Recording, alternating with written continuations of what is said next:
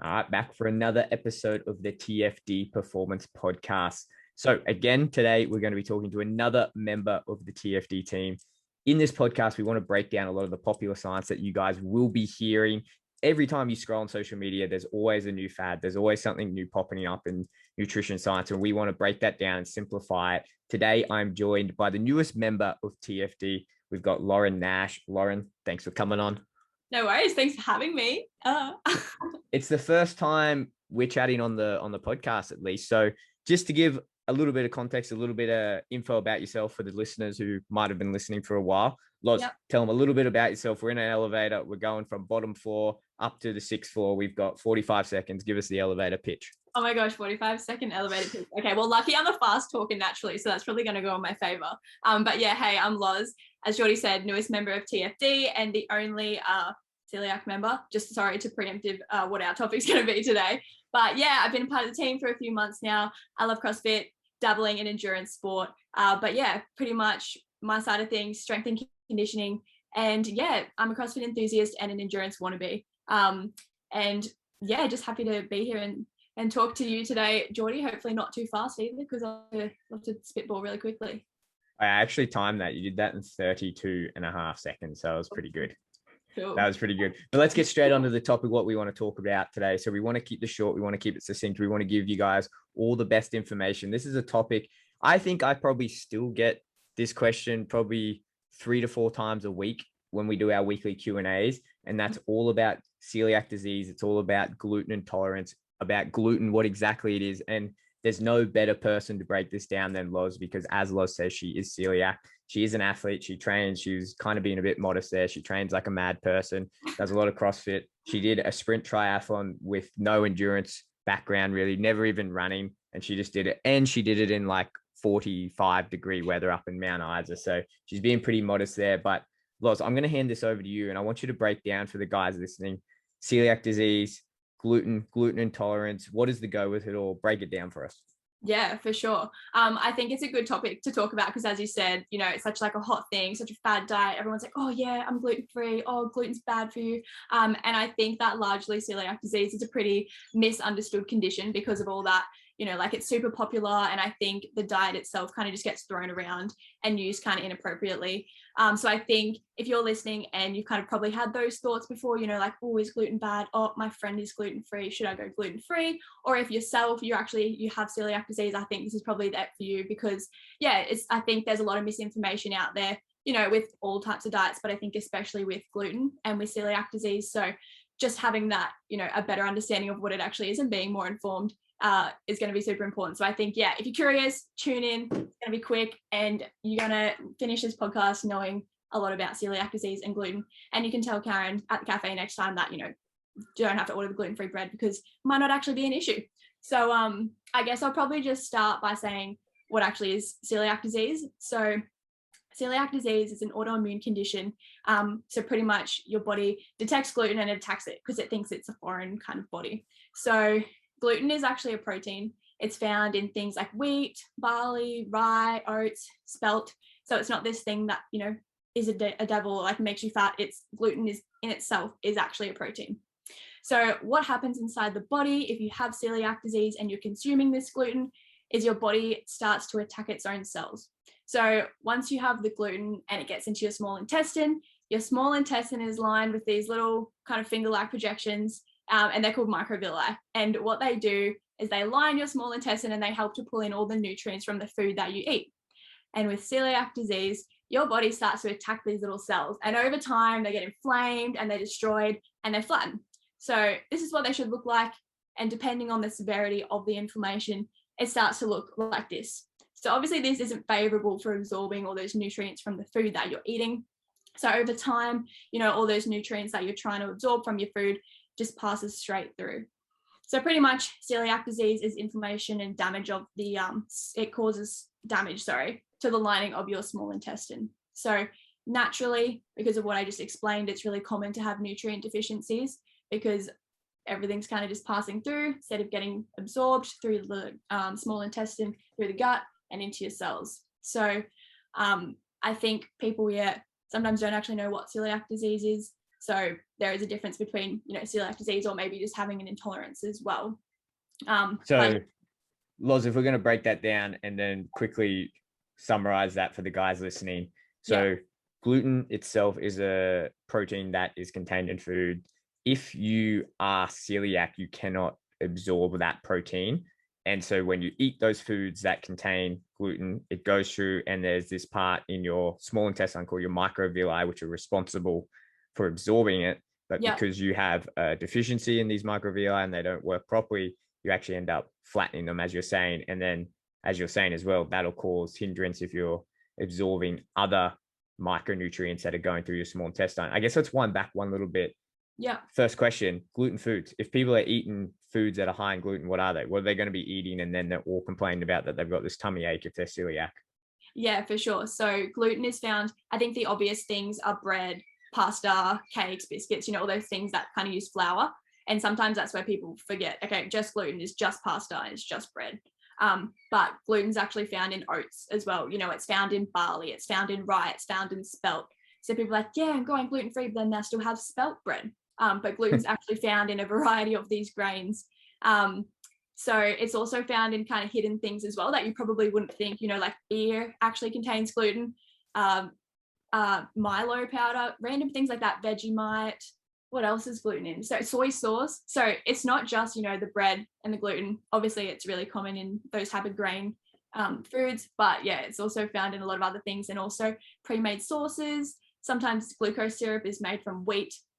So yeah, there's actually a lot of things that gluten's found in, unfortunately, not just the bread and pasta. When you got your diagnosis with it, because it was fairly recent, hey, like yours came on like not too long ago, right? So you went like quite a long time eating gluten foods. What were kind of the symptoms and that brought it on and made you go, oh, there's something going on here? Well, for me, it was actually a total shock because I actually had no symptoms that I knew of. I think so the common symptoms with celiac disease is, you get that stomach pain or cramping or bloating.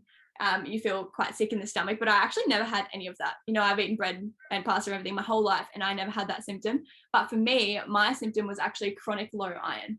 So as I mentioned before, your body can't absorb all those nutrients properly, and without realizing that was actually my symptom. So chronic low iron. I was doing all the right things. I was eating my eating red meat, and I was taking an iron supplement for a long time as well, but nothing was improving. So yes, unfortunately, my only symptom actually was just low iron.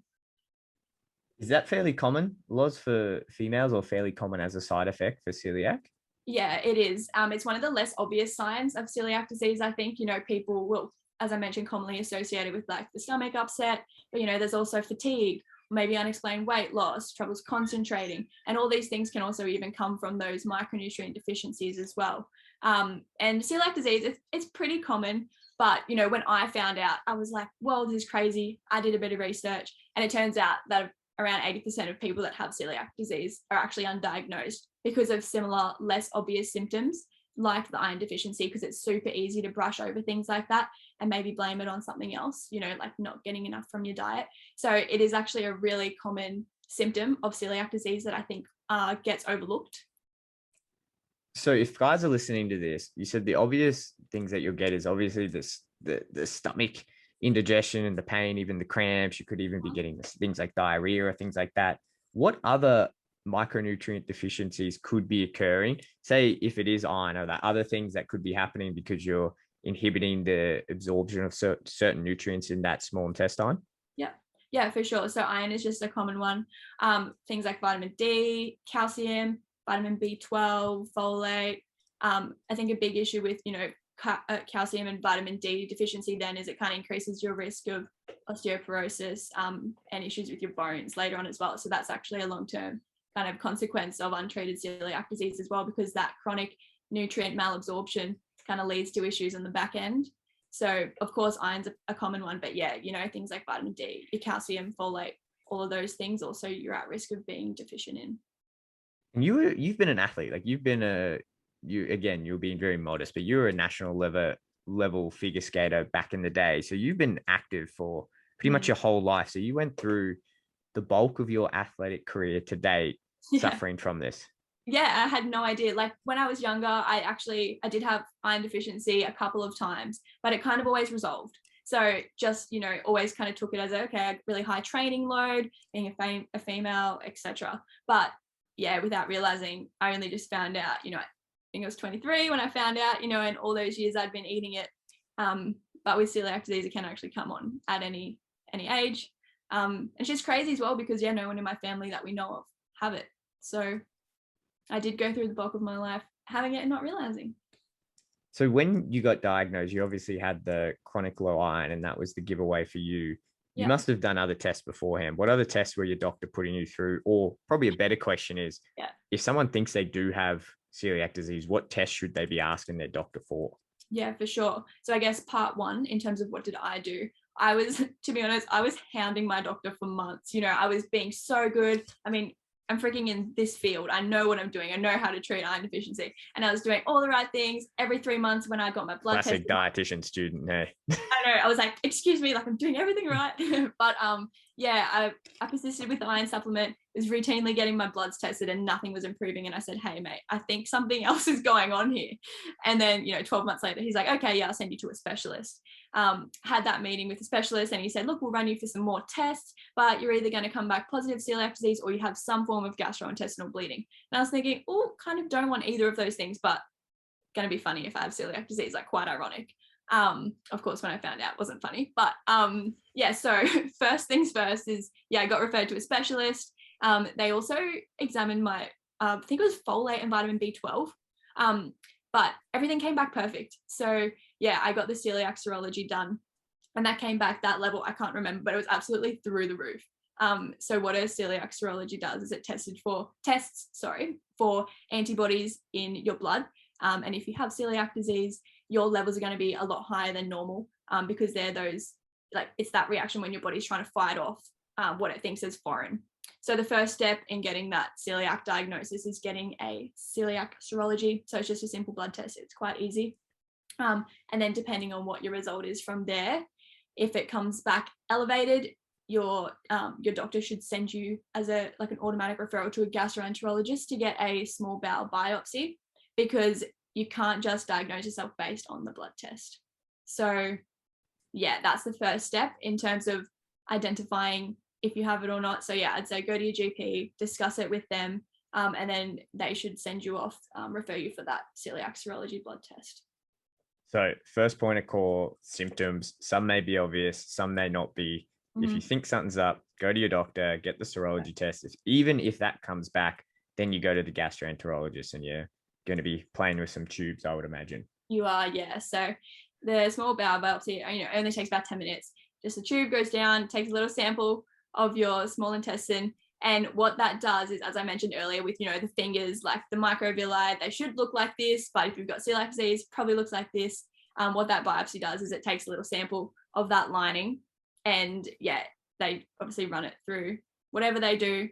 And based on the level of atrophy of those cells, like the amount of kind of destruction that they've had, you'll either, diagnose positive or negative. Sometimes though, people still think they have symptoms even if they test negative to both of those tests. I guess the third way is you can get a gene test done and test for a specific type of gene. But as I mentioned before, just because you have the gene doesn't necessarily mean you have celiac disease. So yeah, they're kind of the three avenues. But I think if you're listening, don't self-diagnose yourself with celiac disease, because you probably do yourself more harm than good cutting out gluten if you don't actually have it. Speaking of self-diagnosis, when I was a student many years ago doing I think it was definitely my master's. I'm sure it was in my master's. I self-diagnosed myself. Well, I didn't self-diagnose myself. One of my friends in my class, who we used to drive together to this campus that was like an hour out from our main campus where we do like food science and stuff. Yeah. I was like very, very much into like bodybuilding back then, and like very much into like being a bit of a brussword. So I was just constantly eating, but I was like just drinking copious amounts of dairy and having like whey protein all the time. Yeah. And that poor girl who like used to drive with me, like my bowels were so bad, and I never even put 2 to 2. And she was like, you need to go get tested for like a dairy allergy or a lactose intolerance. And then I was like, oh God, yeah, it's probably like lactose intolerance. And then I went and did the hydrogen breath test and boom. So I was never good enough to self-diagnose. But the reason I say that, did you ever experience anything? Obviously, it's pretty much the same part of your small intestine, isn't it? That's absorbing the lactase sugar. Yep. The lactose sugar, sorry, the lactase enzyme is produced on those microvilli to break down that milk sugar. And that's what causes lactose problems, right? So did you ever experience any of that? Well, I mean, I feel like I never did. And I think that's the first thing people ask me is like, oh, you must feel amazing now that you don't eat gluten. And I feel like because I never really noticed, any of that beforehand, I don't even know, to be honest. I think overall, yeah, looking back, I probably was bloated regularly, but I just kind of thought that was normal because, bloating is still a normal part of life. You eat food, sometimes you feel bloated. So I think I probably maybe just brushed that off as being normal. But yeah, I can't say I ever had any moments where I was like, oh my gosh, like super bad pains or really need to go to the toilet. But I guess looking back over the last few months, those times when I complained about being bloated or anything, I feel like they don't really happen anymore. So I think even though I didn't realize it at the time, when I look back and compare it to kind of how I feel now, yeah, I probably did have bloating and I just didn't know because was oblivious. I had no idea. Yeah, that's a good point. Hey, it's like bloating is a normal thing and having gas is a normal thing. Going to the toilet is a normal thing. I was reading in, I think it was the Journal of Gastroenterology, that they were saying the average amount of time someone farts in a day is like 19 times, which is. I would have thought maybe it would be more than that. I don't know. Well, maybe we haven't got to the bottom of these gut issues, but yeah. You say but you know what I mean? Like 500. Yeah, but you know what I mean? Like I get people all the time. They're like, oh, I'm gassy or yeah. And it's like, well, what are you eating? It's like, if you have a good high fiber diet, which you should, and everyone should have that, like it's normal. It's normal that it's good for your bacteria. It means it's working. Like maybe if it smells like extreme sulfur eggs, there's something going on. Maybe you got to make better choices, but that's like a completely normal thing. That's what your gut's there to do. For sure. I think probably a bit of advice for people that do suspect, oh, maybe I'm lactose intolerant or maybe I'm celiac. I think, before you jump and go complain to your doctor or something, I think even just checking in with yourself and even starting like a little symptom diary or, just making a mental note of, okay, I ate this, oh, I felt sick. Next day, oh, I had this, oh, I felt sick. Because then I think, if you can kind of pinpoint those times when you had something and it made you feel bloated or it made you feel sick, over time you kind of start seeing a trend instead of just automatically, oh, I had bread, like I had a sandwich and I felt sick or I felt bloated. Okay, well, maybe it wasn't actually the gluten in the bread. Maybe it was something like another ingredient. Because I think, with gluten and lactose, they're such common ones. People think as soon as they feel bloated or they feel sick, they think, oh, I'm lactose intolerant. But I think people forget, you could actually have maybe slight intolerances or just your tummy doesn't agree with other things other than lactose or gluten. So even, just kind of being a bit more mindful of what it is that's actually triggering those symptoms for you, because you might be able to identify a trend if you keep an eye on it. Yeah, we're definitely going to cover this in another podcast when we talk more in depth about FODMAPs. But when I was working at a sports clinic before the years of TFD, I was doing a lot of the gut health and IBS symptoms. And I would say probably 90% of the people that came in who thought they had gluten allergies and were symptomatic. It was always like beta fructans, which is something we'll talk about in the FODMAPs thing. It's just it's the carbohydrate part of a lot of these gluten foods. So it's not actually the gluten. So stop giving gluten such a hard time. Next thing I want to chat about, Loz, is this is going to be by far something that people are probably going to connect to. They're either going to get really mad or they'll get a lot of information about this, is gluten intolerance. Yeah. And what is real gluten intolerance? What is not? Can things bring it on? Can you clear out let's just start. What is gluten intolerance off the bat? So gluten intolerance is, similar to what you were just explaining with lactose intolerance. Like you have it and you might have these adverse symptoms. You might feel sick or you might get a migraine, you might feel bloated. So with gluten intolerance, your body does have a reaction to it. But I think the defining kind of difference between gluten intolerance and celiac disease is gluten intolerance doesn't have any long-term kind of structural implications or damage. Because with celiac disease, your body's actually being damaged by consuming the gluten. Whereas with gluten intolerance, obviously, yes, your body doesn't agree with it, but it's not causing that kind of long-term structural damage to the lining of your small intestine. So I think with gluten intolerance, it's like, can I tolerate that croissant? Like, oh, it's going to make me feel sick. But at the end of the day, it's not going to really do you any severe harm.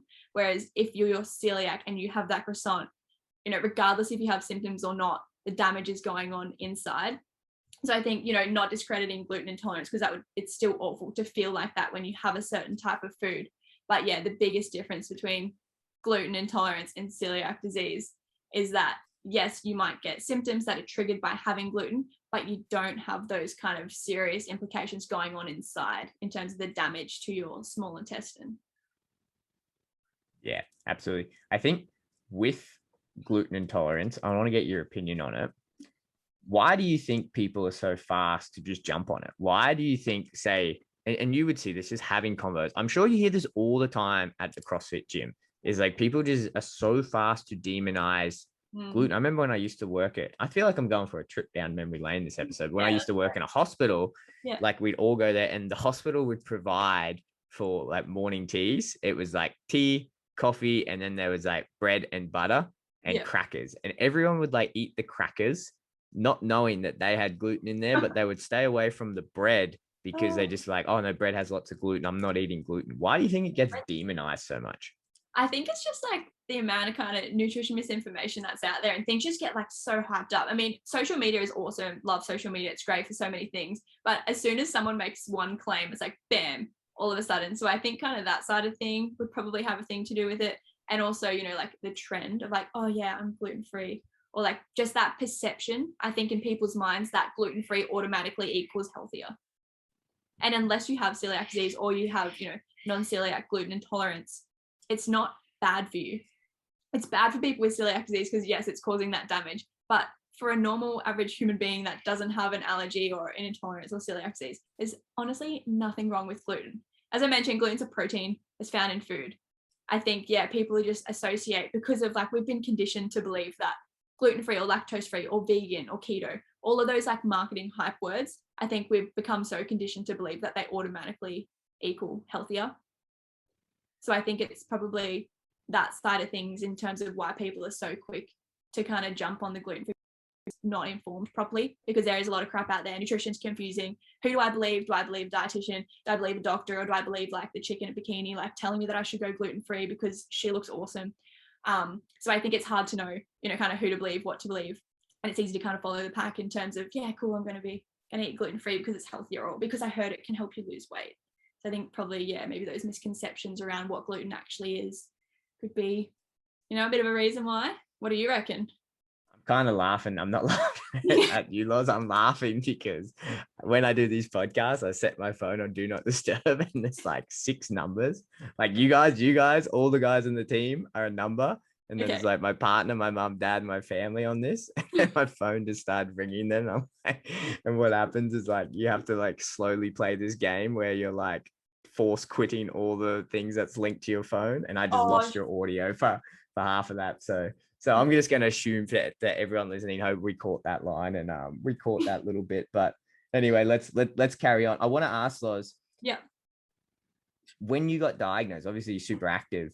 What were the major changes you had to make in your diet? Like you were obviously eating like quite a lot of like pretty high gluten foods. What were the major changes you had to make? Was it a big change or was it a big shock or was it like, whatever? I don't know, like it's such a weird thing because obviously I'm super lucky that I obviously have the knowledge around, you know, what gluten-free foods are and that transition and blah, blah, blah, what I can eat, what I can't eat. So I feel like, you know, I started off better off than the average Joe who just got diagnosed with celiac disease. But even with that knowledge, I did struggle because I didn't realize kind of how big it was going to be. You know, every morning for breakfast, most times I'd probably have oats or I'd have a bagel. And then like, bam, both of my 2 favorite breakfast options gone out the window because gluten-free bagels are crap. Don't at me. And then, you know, things like you said, yeah, high gluten foods before training, you know, I'd have a piece of toast with jam or I'd have half a bagel or yeah, maybe I'd have some granola or something. So I think without realizing, I did actually struggle. And for the first time in my life, I actually lost my appetite. For my whole life, you know, I've always had such a good appetite. I'm always eating, but I don't know if it was the fact that I could no longer have a lot of the foods that I wanted, or because I was just in shock. Or I don't know what it was, but for a few weeks, I actually lost my appetite to the point where I think I was talking to Jack and was like, yeah, just smash some orange juice and like some gluten-free banana bread just to get the energy in. And literally it was so strange. Like I couldn't eat.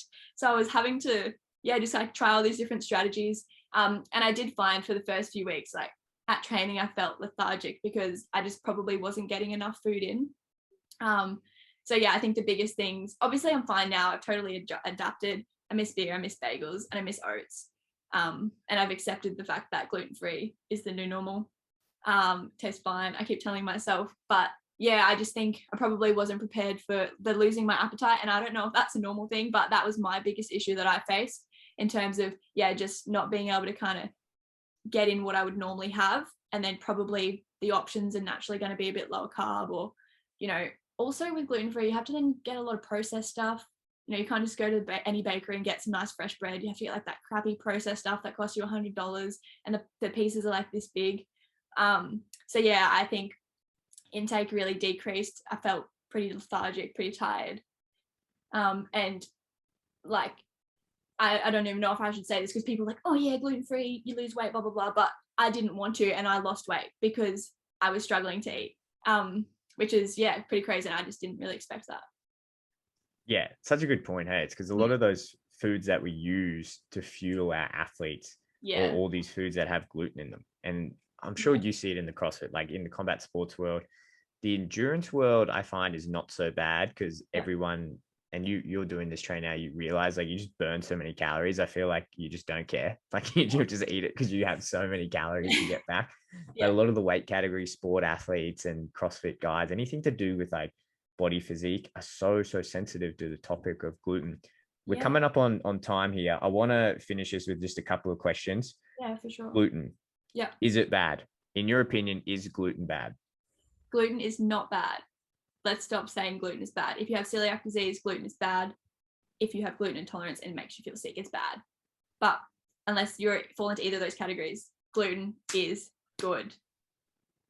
If you have symptoms, if you're getting a bit of indigestion, if you're getting a little bit of, say, I don't know, bathroom trips, a bit too frequent, bloating, cramping, whatever it is, what do you think is the first point of call before going to gluten and blaming them? What should you actually do? I think first kind of check in with yourself. Like I said, see, is it actually gluten containing foods, or is it possibly something else in your diet? Otherwise, I would probably go and talk to your GP. They're going to have a good idea, so they can send you for a blood test. By the way, I think something important that I didn't mention in terms of blood testing is if you think you have if you think you have celiac disease and you kind of cut out gluten and then you go for the test, the results are going to be a bit swayed. So if you are exploring celiac disease and you think, okay, I might have celiac disease, make sure you talk to your GP or the person who's doing the test first, because you do need to be having gluten in your diet for those test results to be valid and reliable. So yeah, don't kind of self-diagnose, restrict gluten, and then go to your doctor and say, hey, can I get tested for celiac disease? Because they'll make you go and eat gluten for 6 weeks and then come back and do the test. All right. Very last question. Yes. Favorite non-gluten food since having to remove gluten from your diet? Bagels. Bagels. Gluten-free bagels? Oh, wait, sorry. Do you mean favorite gluten-free food? Yeah.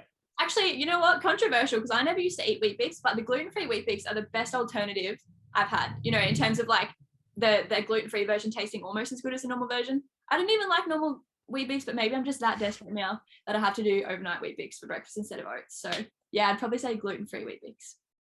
Do you find it's pretty restrictive now? Like, or is it just more you have to put a bit more effort in, or is it really that restrictive? You know what? At the end of the day, like there's definitely so many ways around it. And yeah, it kind of just forces you to be creative, but you just have to, think a little bit harder when you just want a convenient thing in terms of eating out or just grabbing something from the servo.